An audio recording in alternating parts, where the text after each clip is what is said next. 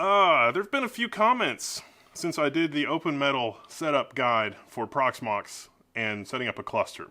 So, if you didn't catch that video, check it out because I walk you through how to set up a Proxmox cluster on Open Metal dedicated servers. But the learnings apply whether or not you're doing Open Metal. I showed ZFS replication, and some of you from the VMware refugee side of things correctly pointed out that is not hyperconvergence, that is not a full replicated system. You need something like Ceph to run real-time replication.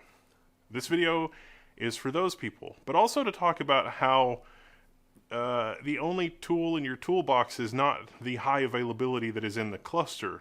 And this is very important to understand because this is a common, when I'm coaching junior administrators or doing training, or somebody's working on upskilling or helping people in the forum, they don't understand because they hyper-focus on the thing, doing the tool that they learned with. So let's chat.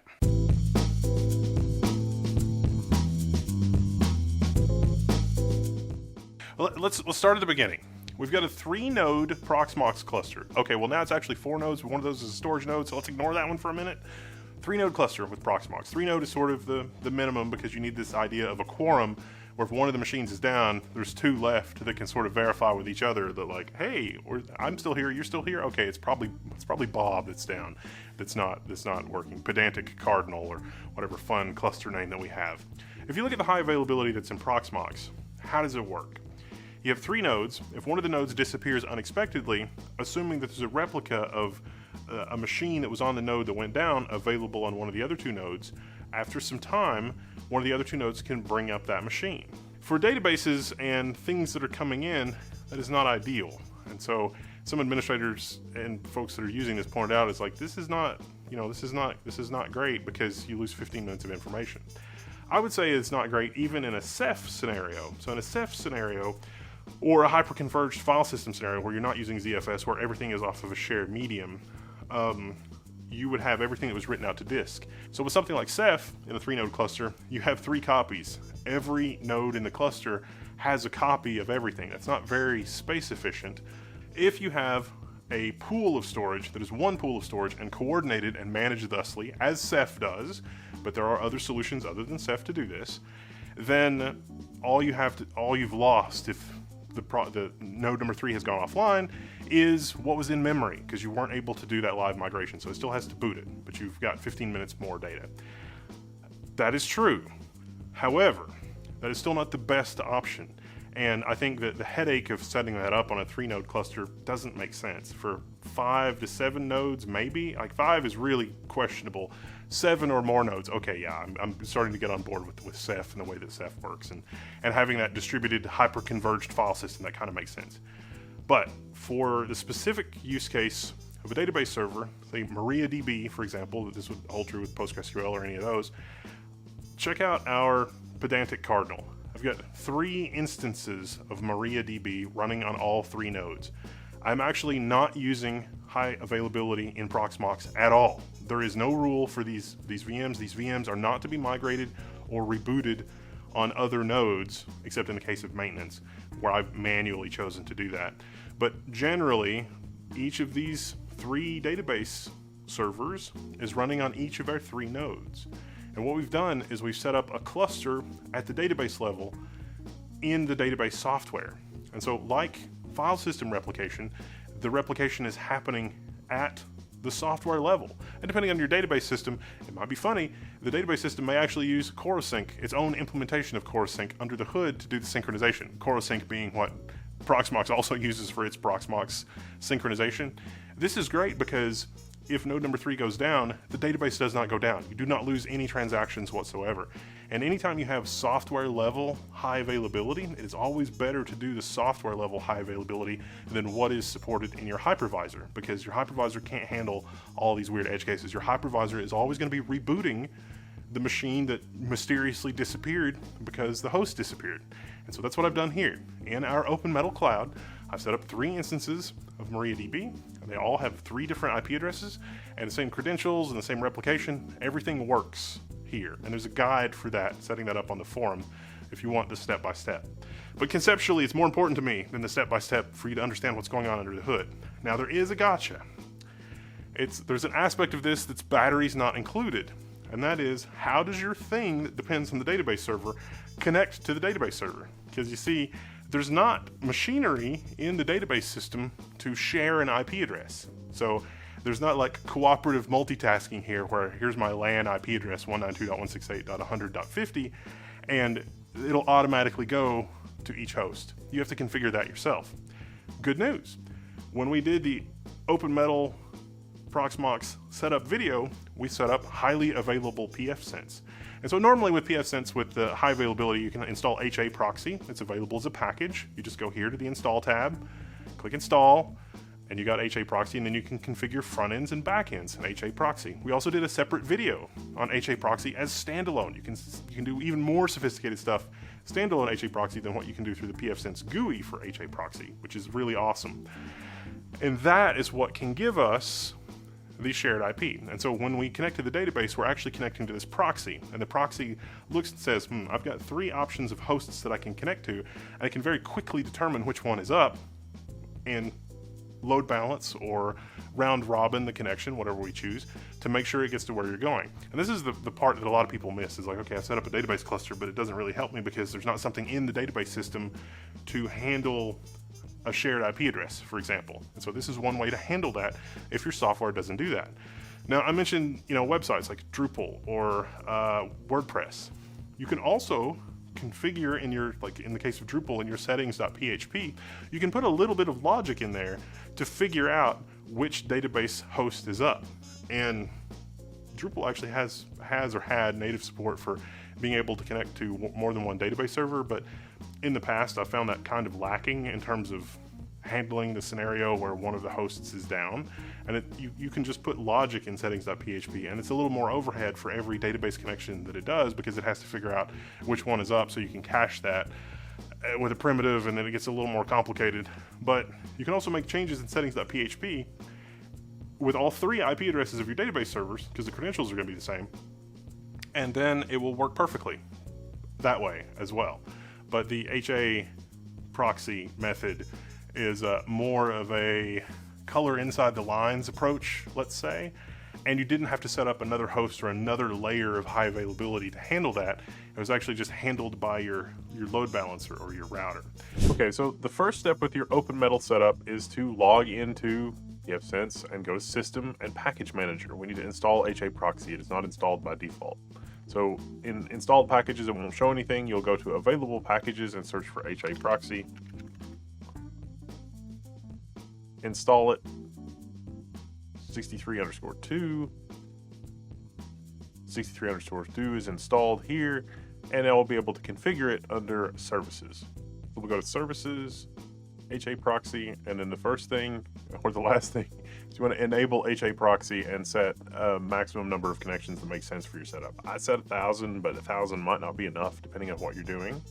And keep in mind that, you've got 2 PFsense machines in HA, so your high availability on the PFsense comes from PFsense's high availability, and you want to make sure your connection replication, like you've got all your PFsense stuff set up, and you will have to install this package on both PFsense,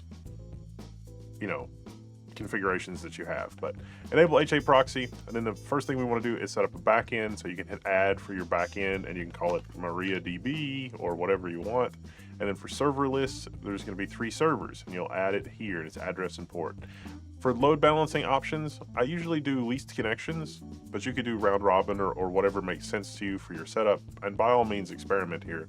Connection timeout, I usually set to 500 milliseconds because it should allow a connection really quickly. Server timeout, I usually don't change. Retry, I usually don't change. Health check method, I just do basic, which is just a basic socket connection, and the check frequency is 1,000 milliseconds. Once a second, it's connecting to MySQL to see if it will allow connection. And like I say, most of these options have to do with HTTP load balancing, where like something's coming in, it's going to multiple HTTP backends. And if you're going to close the loop here and you're going to set up, self-hosting for a website or something like that, then yeah, go through and set up another backend for the HTTP side of things, and you can do much more elaborate HAProxy checks for your backend. Like, the web server could be up, but the website could be down because there's something wrong with that particular host. You can have some pretty elaborate checks here for that kind of thing. You can set up sticky tables based on, the SSL session ID. You can do SSL termination on PFsense and no SSL termination after this. It's opening up a whole world of things, but we just want to do the database part of it today. So that's pretty much all you need to do. Once you've got that created, here's the one I'm using. We've got 192.168.100.100 for our node 1, and it's our primary node, and 11 and 12 are our replicas, and those are set up for active, and this is just the address, the basic address port thing. I'm not doing the MariaDB style check. There's one other place that if you're going to do MariaDB style checking, that is in this drop down here, MySQL. If you do that, you have to create a user, and then on each of your 3 hosts, this is not something that propagates on the cluster, you would need to create a user that has access to your MySQL database from the router. I don't really like to do that, but you can, give it read-only access to that, and then it's able to connect to the database server and actually ask the database server if it is in good health, which is, fantastic. But again, basic, just can you connect to the port is fine for our setup here. Then you go to the front end, and you configure the front end here, and you're going to create MariaDB, and I just did external address, and I did LAN address, not WAN, LAN. You don't want your database server to be on the internet. This is one of the great things. It's like, oh, I didn't realize the router could route from internal to internal, and it's not, I'm not even using the right terminology there, and it's not a NAT reflection or port forwarding or anything like that. It is this HAProxy service that is monitoring every inbound connection from your LAN, and then it's like, oh, I should do this with, I should send it to this database host, I should send it to that database host. For access control list, you can also control this so you can prevent certain addresses on your LAN from getting to, the router on port 3306. You can lock that down however you want. I created the use backend action here to do MariaDB, but also if you just set the default backend here to MariaDB, this is the backend we just created. That would also work without having to create any actions here. It used to be in the past that HAProxy wouldn't do anything with the default backend unless there was at least one action in the configuration. I don't think that has been a bug for like 10 years, but I just, out of habit, I still do it. Or not a bug, it was one of those things where it's like, that's not a bug, that's a feature. Then so it's, force of habit, fun times. Anyway, you can also set alerting here. So like if one of the backends goes down, you can have PFsense email you, which is really nice. Then you want to save this configuration, you got to apply the changes. Now here's the quirk, you got to go over to settings, make sure HAProxy is enabled, and then you will have to restart the service up here. For whatever reason, clicking apply in PFsense for me was not actually applying until I came up here and hit restart service. Then when you restart service, should be able to do MySQL. I created a username and password, just Drupal1. For host, that's our router IP address. Does it work? Oh, look at that, I'm connected. Show tables. All of this is fantastic and working, and everything is good. I haven't created a Drupal website or anything like that yet, but now in my Drupal configuration or my application configuration, I can tell it to connect to 192.168.100.254, and HAProxy will take care of figuring out which database server is up. And remember, 192.168.100.254 is a virtual IP address that is serviced by not one but 2 PFsense instances. So if one of the PFsense instances is down, that IP address will continue to be up. Fantastic. Just a quick mention, there's 2 other approaches for the high availability thing here if you don't want to use PFsense, or just for sake of completeness, like while you're on this journey of learning. The other option is HAProxy via Docker. And so this is a little different in that in your, scenario that I'm imagining where it's like you're running your, Drupal on a web server and that's running and doing things, I've created a little Docker Compose file here, which is going to use the Web DevOps Apache PHP 8.3 as like a container for Drupal. But as part of that Docker Compose, there would also be an HAProxy DB service, which is aware of the 3 database servers. And so in this way, every web server that you run also runs its own separate HAProxy instance. And so the database or the Docker Compose file has a little HAProxy thing that is monitoring and connecting to each database server or figuring out which one is up using some checks. Now, HAProxy also can do the MySQL, Galera health checks, but this is sort of what I was getting to. In practice, I find it's actually better and cleaner to create a shell script that is running on the database server that is monitoring Galera and if it is in good health. And it's literally just a systemd service that when you hit port 9200, it would say up or down, and up only if all of the stats are met. And so that's a script that is DIY and I create. And like, you get into this, like once you go this far down the rabbit hole as an administrator, it's like, oh yes, I must control this with laser focus and precision. And so I mentioned that here for the sake of completeness, you can approach it that way. But then there's also SQLProxy. So like you can take the Docker approach and create an SQLProxy instance that is aware of all 3. And so if you have 1 or 2 or 3 or 10 web front ends, then on the web front ends, you also run a little container that is aware of your database cluster. And so you have a little shim that is part of your web application that's checking to see about the state of your database cluster and will automatically choose the correct IP address to connect to. And this really is the design pattern of how this thing is done at fairly significant scale. So there you go. For pedantic people that said ZFS replication is not hyperconvergence, you are correct. For the folks that said you're going to have to synchronize, you're going to have to copy the full virtual machine storage from one node to the other every time, that is incorrect because of the ZFS replication schedule. You're only going to have to copy the differences.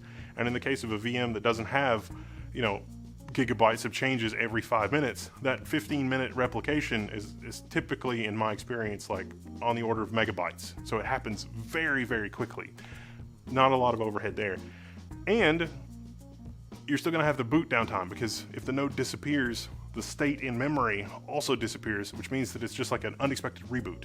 Whereas with the database cluster, when one of the machines that's participating in the cluster disappears, the database keeps running on the other 2, and they take action to deal with that. So that's a much, much better situation than high availability at the cluster level.